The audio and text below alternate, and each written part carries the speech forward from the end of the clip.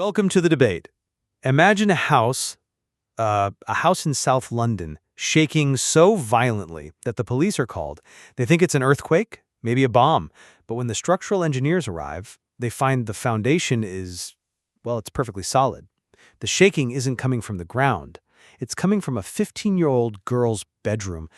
We are opening the case file on 63 Wycliffe Road in Battersea.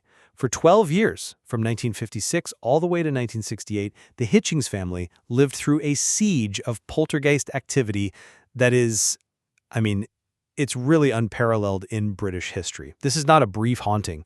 This is the saga of Shirley Hitchings and the entity known as Donald. It is a saga, you're right. And honestly, it reads like some gothic drama that was just dropped into a working-class council estate. You've got the mysterious silver key appearing on a pillow, spontaneous fires, and a ghost who, eventually claims to be the lost Dauphin of France. But the question isn't just what happened.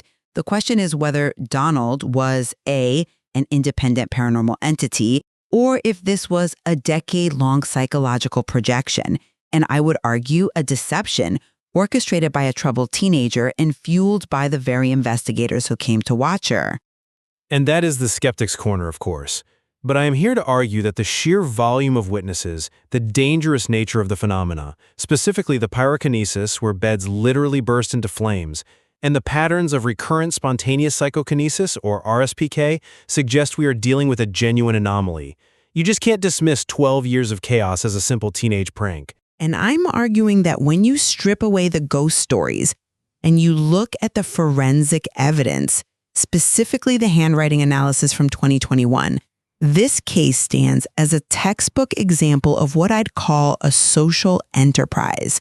This was a repressed teenager who gained agency through a supernatural narrative, and she was aided by investigators who, frankly, wanted it to be true.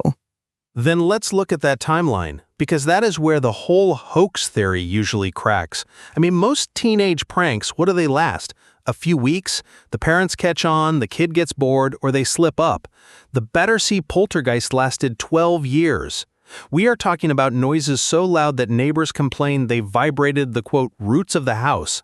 Volume doesn't equal validity, though. But physics does. Structural surveyors were brought in, police were brought in, and they found no mechanical origin for the shaking. It wasn't the pipes, it wasn't the London Underground. Okay, but let's look at the source of those noises. You're describing these earth-shattering booms, but researchers like Andrew Green and later C.R. O'Keefe, they noted something very specific. They observed that Shirley seemed to visibly concentrate right before the rapping noises occurred. Concentration doesn't mean fabrication. If she's the medium or the focal point, she has to focus. Or it's the hammer toe method. It's the oldest trick in the book, popularized by the Fox sisters back in the 19th century. You snap a tendon and you toe her ankle against a wooden floorboard, a bed frame. It creates a sharp, percussive sound that is incredibly loud and, crucially, very hard to locate directionally. A snapping toe can mimic a rap on a table. Fine. It cannot mimic a vibration felt by neighbors 2 doors down. It cannot mimic the house shaking to the point where her father, Wally Hitchings, thought the roof was coming down. Mass hysteria is a powerful amplifier. You have a family living in terror, they're sleep-deprived, they're primed to believe. A loud crack from a floorboard becomes an earthquake in the retelling. I think you're underestimating the physical danger here. Hoaxers generally do not set their own beds on fire while they are sleeping in them. Unless they want to get out of bed. Shirley's bed burst into flames, spontaneously. Her father, Wally, a London Underground driver, a grounded, blue-collar guy, he received severe burns while trying to extinguish a fire in his wife Kitty's wheelchair. He described the wounds as looking like claw marks. You do not fake third-degree burns for attention. I'm not saying he faked the burns. I'm saying the interpretation is wrong. People in high-stress, hysterical environments, they often sustain injuries they attribute to supernatural causes. He was frantically trying to put out a fire in a wheelchair in a chaotic room. He burned himself. The claw marks description is a retrospective interpretation of burn patterns to fit the narrative of a demonic attack. And the fire itself. Fires starting inside folded tea towels? Fires starting in clothing that no one was even touching? We know Shirley worked at Selfridges. And we also know she was fired for theft because items were going missing from her department. This establishes two things: a pattern of deception and a capacity for sleight of hand.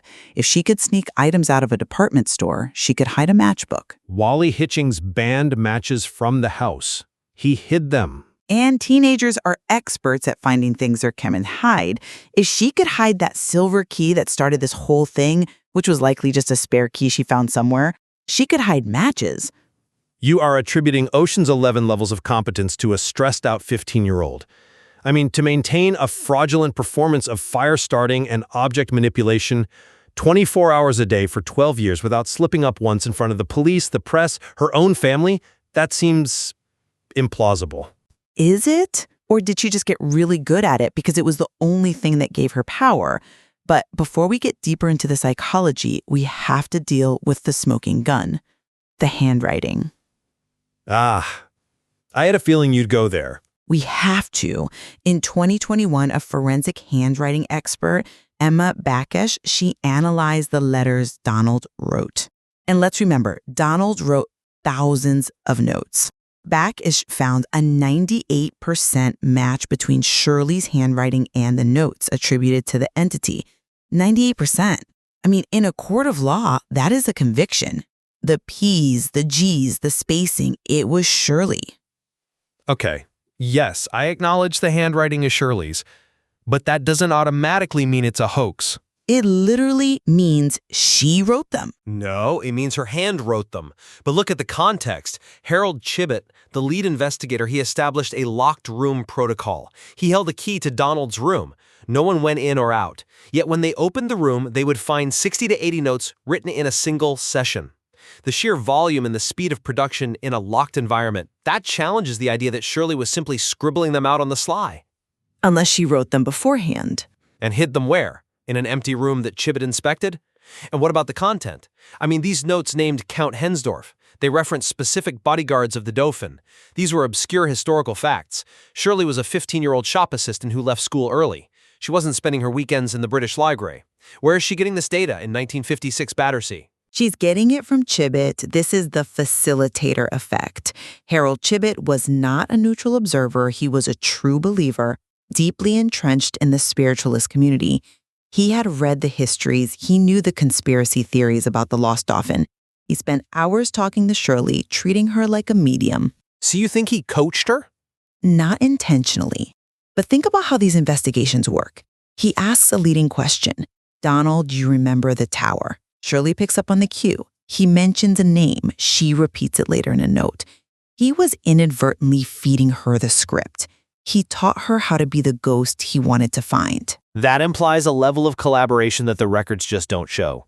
Chibbett was baffled by much of this. Was he? Or was he charmed? And let's just look at the language itself. The notes were written in what has been described as naive franglais. It wasn't the French of an 18th century aristocrat. It was the French of a 1950s schoolgirl. Phrases like mon chéri Chibbett.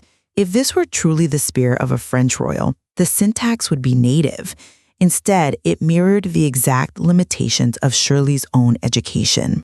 Or it mirrored the difficulty of a spirit communicating through an uneducated host. If I'm a ghost trying to channel through someone who doesn't speak French, maybe it comes out broken. That is a convenient workaround. But the identity of the ghost even shifted based on what was on TV.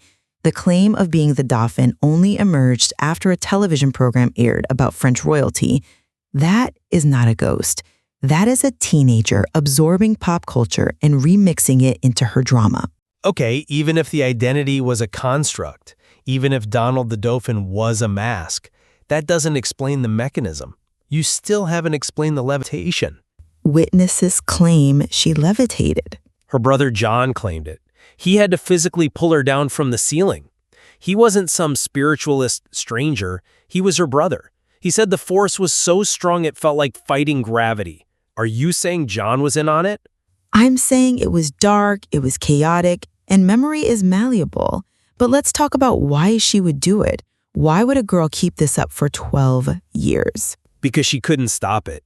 That's my point. No, because it worked for her. This is where we look at the secondary gains.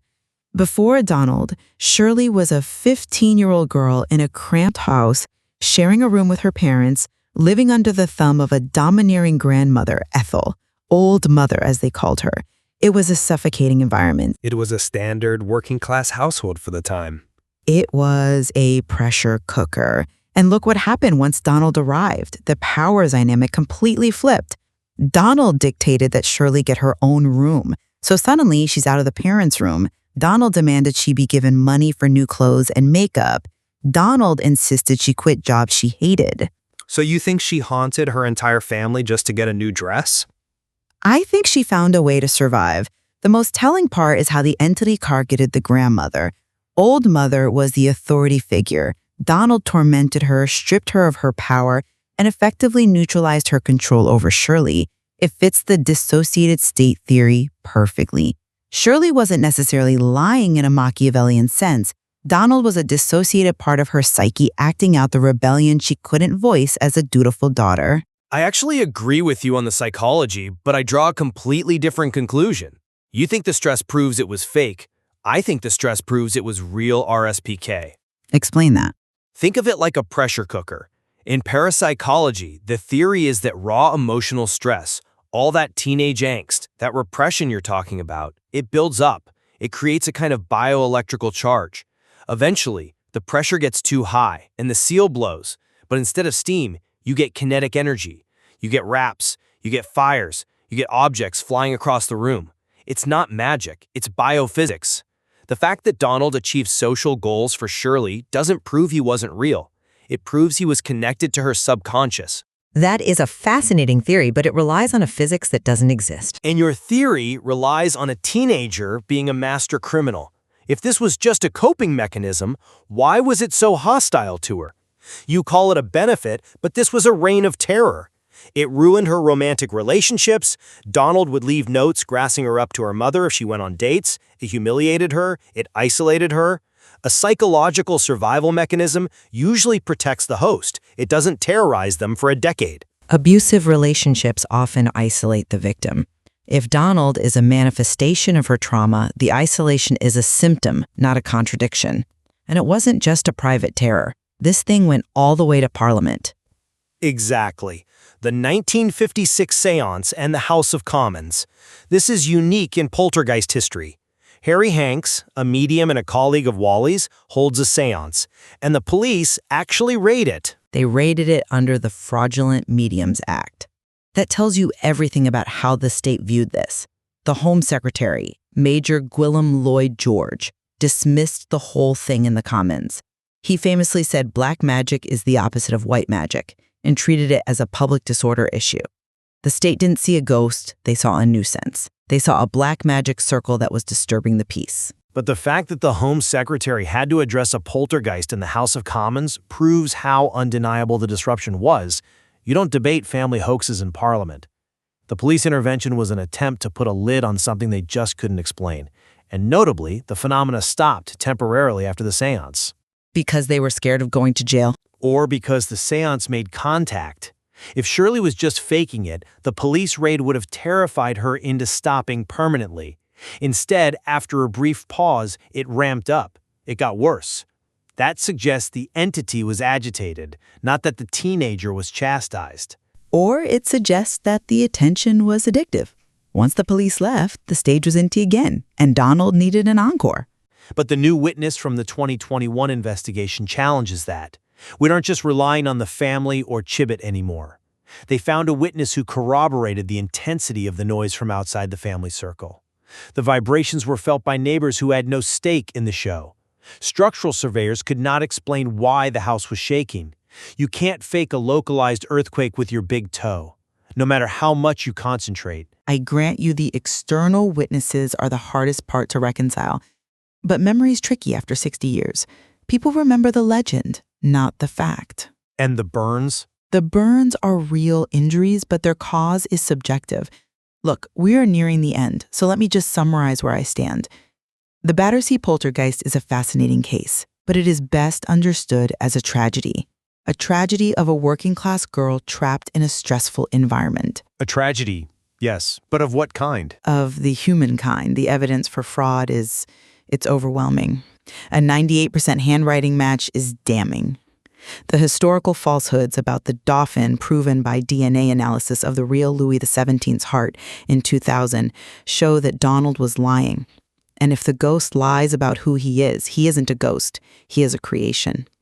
Donald was real, but not as a spirit. He was a psychological survival mechanism for Shirley, a social enterprise that allowed her to navigate a difficult adolescence. Once she married and moved away, once she gained real agency, Donald faded away. That is not a coincidence. It's not a coincidence, no, but I see it differently. I conclude that while psychology played a massive role, it simply cannot explain the pyrokinesis, the levitation witnessed by her own brother, or the structural vibrations. You can dismiss the notes as dissociation, but you cannot dismiss the physical reality of a house shaking on its foundations. So you think the energy was real? I do. I believe the convergence of 12 years of terror, physical injury, and anomalous activity suggests we are looking at a genuine case of RSPK. The fact that it utilized Shirley's handwriting or her limited historical knowledge only proves that the entity used what was available in the agent's mind to communicate. It used her vocabulary, but the force itself was external. To dismiss it entirely as a hoax is to ignore the physical scars that family carried. And that is the mystery of 63 Wycliffe Road. The house is gone now, demolished years ago, but the question remains. Indeed, whether it was a spirit, a supernormal mental force, or a tragic deception, it defined a life. Thank you for listening to the debate.